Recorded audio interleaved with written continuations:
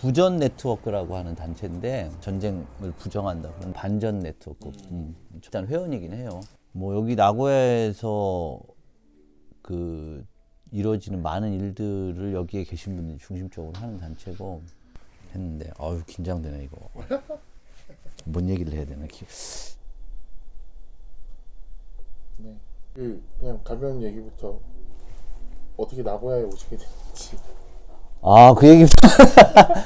나고야는 제가 이제 2007년에 왔는데 EYC 활동하면서 그 전협이라고 거기랑 계속 교류 활동을 했는데 거기서 이제 활동하던 이제 아내가 거기서 활동을 했는데 이제 한국에 유학을 왔어요. 내가 EYC 간사할 때 거기도 이제 파트로 해가지고 자원봉사를 했지. 그래서 그때 만나서 2007년 임기가 끝났는데 이제 그 전에 이제 어떻게 할 건지 뭐 다들 아시겠지만 EYC 끝나면 백수잖아요. 한 거는 이제 에큐메니컬 운동밖에 없으니까 이제 그쪽에서 뭐를 할 건지. 근데 뭐 그래도 고맙게도 좀 이런저런 제안들은 선배들이 많이 해주셔서 고민을 했는데 그래도 일단 같이 살 거면 네가 오든 내가 가든 해야 되지 않느냐 뭐 이런 얘기 하다가 일단은 내가 가는 걸로. 왜냐하면 이제 거기는 한국에서 내가 살던 데에서 내가 아는 사람들 만났고 내가 어떻게 사는지 봤으니까 우리가 앞으로 인생을 같이 할 거면 적어도 몇 년 동안은 일본에 와서 너도 살아봐야 되지 않겠냐. 내가 어떤 사람들을 만나고 어떤 그 일을 하는지. 그래서 한 2, 3년 계획으로 왔어요. 2, 3년 계획 왔는데 이제 18년 됐어. 이제 19년째 들어가네. 예, 그렇게 해서 이제 나고야에 오게 됐습니다. 감청은, 그러니까 제가 이제 고등학교 때 저희 이제 전도사도 아니었지. 그때는 그냥 선생님이었는데 그 신학교 대학원 다니셨던 분이 우리 교회 교사로 왔는데 고등학교 2학년 때인가? 그때 이분이 뭐 전태일 뭐 이런 얘기 하고 하면서 이제 그런 얘기들을 많이 들었어요. 많이 듣고 들으면서 아 내가 몰랐던 세계에 대해서 이제 경험 이렇게 듣게 되고 아 이런 그러니까 기독교 신앙이라고 하는 게 이런 사회의 어떤 문제들 어떤 우리 소외된 사람들 뭐 지금도 그렇지만 남북의 통일 문제 이런 것들과 무관하지 않구나 하는 거를 좀 알게 됐고 그래서 되게 이제 감청이라고 하는 게 저한테는 그 고등학교 때 아 이제 내가 고등학교를 졸업하면 이제 그런 청년 활동을 멋진 청년 활동을 할 수 있겠구나 이런 생각을 해서 그래서 이제 감청은 나는 이제 청년이 되면은 감청 활동을 한다 이렇게 머릿속으로 생각을 했던 것 같아요. 시작하고 나서 한 달, 2달 됐나 이랬는데 야 너는 그 학교를 그만둔 한이 있어도 감청은 그만두면 안 된다고. 감청은 죽을 때까지 해야 된다고. 근데 그런 말을 들었는데 어떻게 하다 보니까 정말 학교는 그만뒀어요. 그 뭐 다른 교단도 그렇지만 지역마다 지역 조직이 있잖아요. 뭐 노회가 있고 지방회가 있잖아요. 그래서 근데 이제 감리교는 이제 그 연회 단위로 이제 활동을 많이 했는데 제가 있었던 게 감리교 남부연회라는 지역인데 이제 대전하고 충남권 쪽인데 그 지역에 그 대회가 겨울에 늘 있었어요. 겨울에 늘 대회가 있었기 때문에 뭐 그런 데 가고 뭐 그때는 뭐가 뭔지 모르니까 뭐 맨날 데모한다고 하면 데모하러 다니고 선배들 그 끝나면은 이제 맛있는 거 사주고 하니까 뭐 그런 거 그리고 이제 뭔가 이제 정의감에 불타오르는 내가 뭔가 옳은 일을 하는 것 같다는 그런 생각들을 했던 것 같아요. 네. 96년인가 7년인가 이렇게 하다가 서울로 올라왔죠. 이건 좀 뭐 여담이긴 한데 하여간 뭐 다 여담이지. 다 여담이긴 한데 그 서울에 올라올 때 그 저하고 이제 제 1년 후배들이 이제 둘이 있는데 하나가 장청이고 하나가 기청이에요. 그래서 내가 감청 총무하고 전국 감청 총무하고 그 박민수라고 있는데 그 친구가 장청 총무하고 그리고 이제 강서구라고 있는데 이제 기장 지금 목사하는데 그 친구가 그 기청 부총무를 했지. 그래서 우리가 농담으로 이제 선배들한테 대전 촌놈들이 기독청년운동 다 접수했다고 그러고 다녔는데 나중에 보니까 다 말아먹었더라고. 하여간 그 뭐 그렇습니다. 예, 예.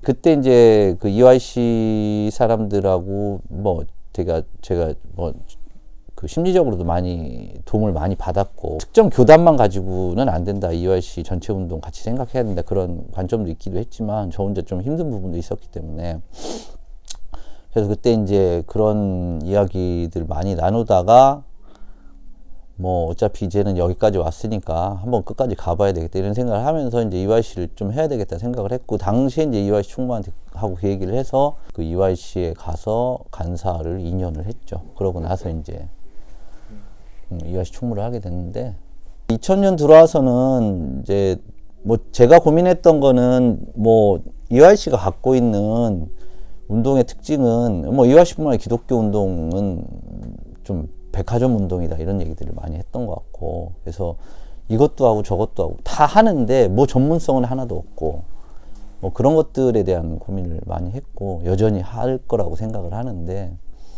이제 그런 부분들을 어떻게 헤쳐나갈 거냐라고 하는 것과, 그리고 이제 그 지역의 조직들이 되게 거의 다 이제 뭐 사라지고 교단도 되게 점점 더 약해지는 상황에서 어떻게 이 조직들을 어떻게 복원할 거냐. 근데 사실은 EYC가 직접 대중을 만나는 조직은 아니기 때문에 EYC가 직접 어떤 대중 조직을 복원하는 건 거의 불가능하죠. 그러니까 그 교단 청년을 어떻게 활성화할 거냐 하나 하고, 그리고 이제 그때 이제 우리가 나왔던 얘기가 회원제기에 대한 얘기들도 나왔어요. 그러니까 개별 회원들도 EYC에 어떤 멤버십을 가질 수 있는 것들도 좀 고민을 해야 된다 했는데, 사실은 아주 깊게 토론하진 못했던 것 같고 그 결론을 내리지는 못했던 것 같아요. 그리고 공교회 조직이라고 하는 아주 큰 힘이기도 하면서 뭐 이렇게 우리 매여 있는 그런 것들도 있잖아요. 그러니까 그런 부분들도 있었기 때문에 아주 더 진전된 논의라든가 구체적인 안을 내지 못했는데, 대중들이 함께 할 수 있는 운동이 뭘까라고 하는 것과, 그리고 대중들이 함께 할 수 있으려면은 대중들이 일상적으로 참여하고 자기 실천의 장을 만들 수 있는 운동을 제공을 해야 된다. 그런 고민들을 많이 했던 것 같고요.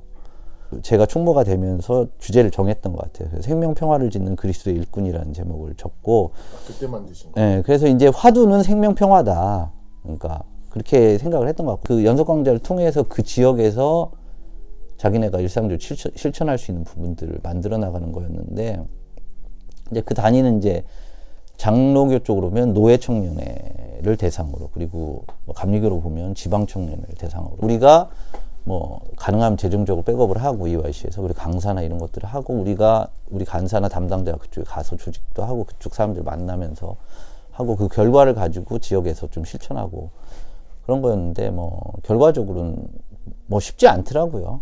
그것도 또 새로운 시도였는데, 뭐 하려면 끝장을 봐야 되는데 우리가 그럴 수 있는 조직도 아니고, EYC하고 그 각 교단 청년회하고는 아주 가깝지만 늘 갈등이 있고, 이 EYC는 왜 이거 안 하냐 이런 얘기 하는 거고, 이제 교단에서는 그것만 할 수는 없다.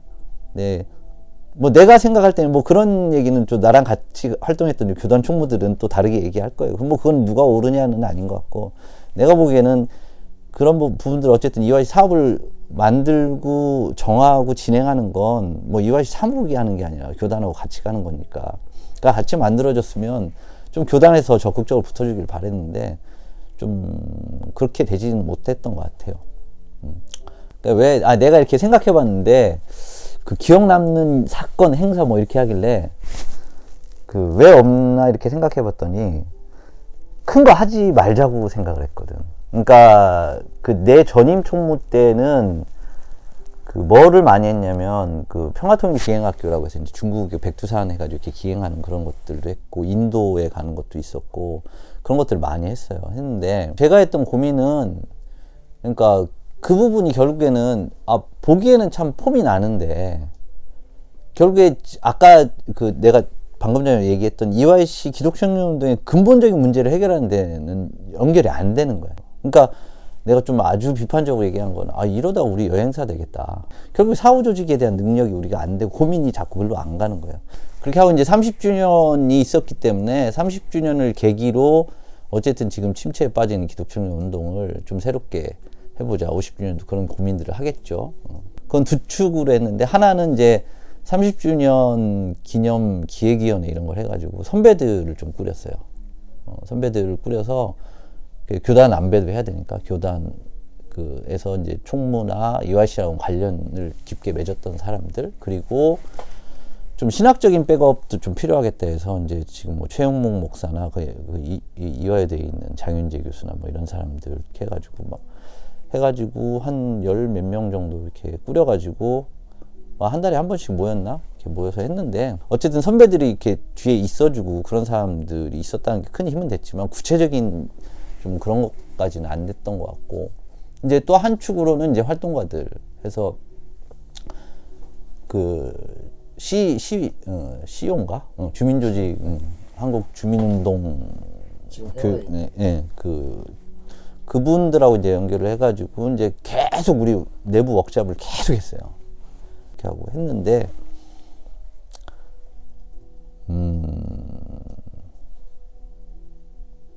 멤버십은 좋아진 것 같아요. 멤버십은 좋아졌지만, 참 이게 그 EYC가 참 힘든 게 EYC 방금 전에도 얘기했지만 그 어떤 단일 조직이라는 형태로 움직일 수가 없기 때문에 교단이라고 하는 공개 조직이라고 하는 걸 달고 오기 때문에 EYC에서 합의된 내용들을 교단이 그대로 할 수가 없잖아요.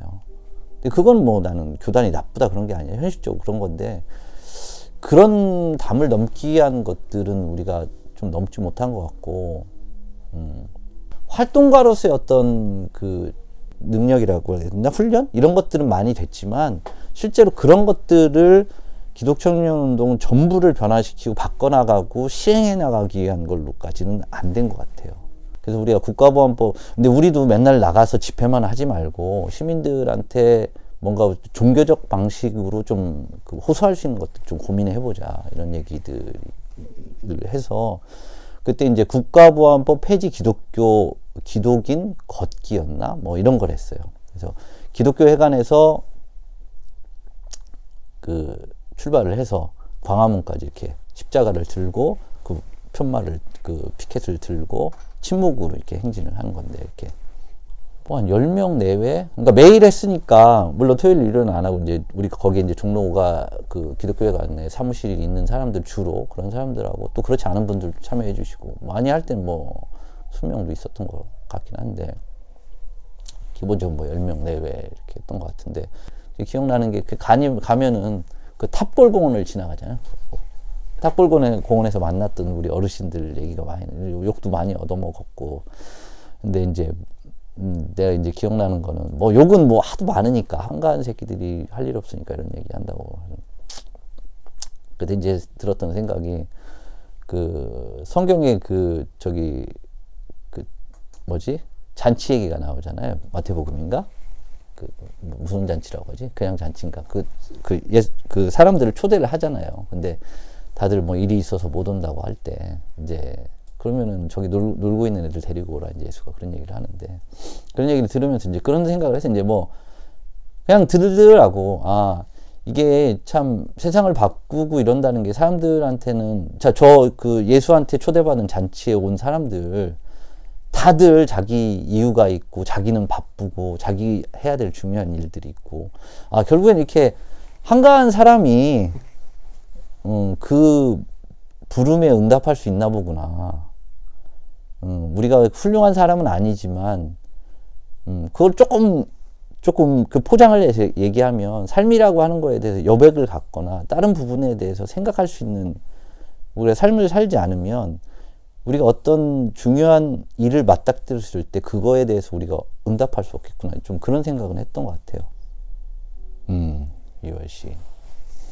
저는 한국에 있을 때도 그런 얘기 많이 했는데 저는 기독청년운동은 제가 성인이 되고 나서의 어떤 저를 키워준 자궁 같은 존재라고 생각을 해요. 문제는 그 자궁에서 너무 오래 있어가지고 아직도 자립을 못하나 이런 생각도 좀 드는데 그러니까 내가 성인이 돼서 세상을 어떻게 바라볼 건지 내가 어떻게 살아갈지 물론 똑같이 거기서 있었어도 똑같은 영양분을 먹었어도 인간은 또 주체적인 존재이기 때문에 자기가 어떤 선택을 하고 그거에 대해서 어떻게 판단하냐에 따라서 삶은 달라지지만 내가 기독교인으로서 예수라고 하는 존재에 대해서 새롭게 알고 그리고 끊임없이 내가 세상과 연결되어 있다는 것 그런 것들을 난 기독청년 운동을 통해서 다 배운 것 같아요.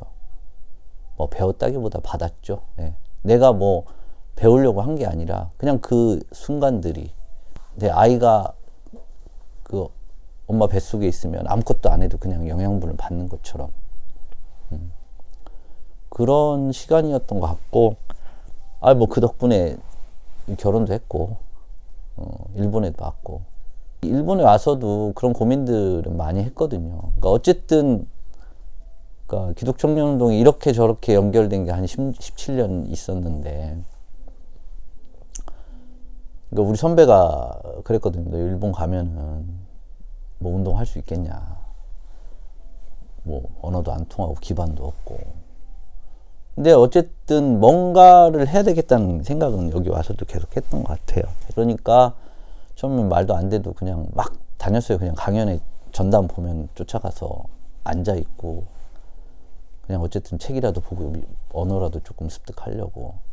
그러다 보니까 이제 여기에도 열심히 하시는 분들이 계시고, 뭐 연배도 많고 그런 분들이지만 그런 분들한테도 많이 배우는 것 같고. 그러니까 이화씨를 생각하면 많은 사람들이 생각나고, 그러니까 많은 순간들이 조금 울컥하네.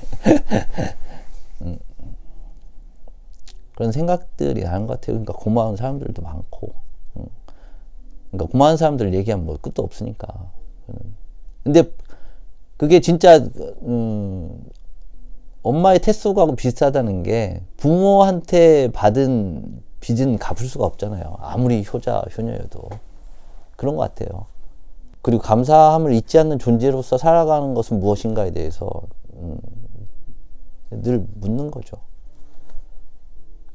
야, 이건 진짜 너무 어려운 질문이라. 일단은 뭐 이렇게 해줄 말은 없고,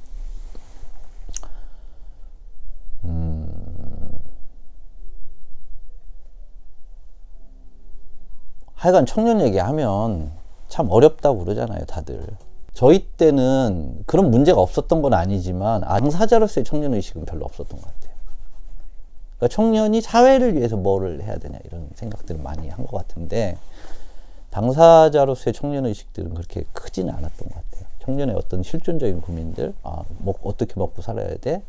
우리는 오히려 활동하는 사람들은 좀 그런 부분에 대해서 좀 냉소적이었지. 애들 별로 문제의식이 없어. 했는데, 그거는 뭐 여러분들이 더 잘 아실 테니까 그런 부분들에 대해서 조금 더 자기 이야기를 더 많이 할 수 있으면 좋겠어요. 그리고 자기 이야기를 많이 하려면 자기 이야기를 들어주는 사람이 있어야 되잖아요.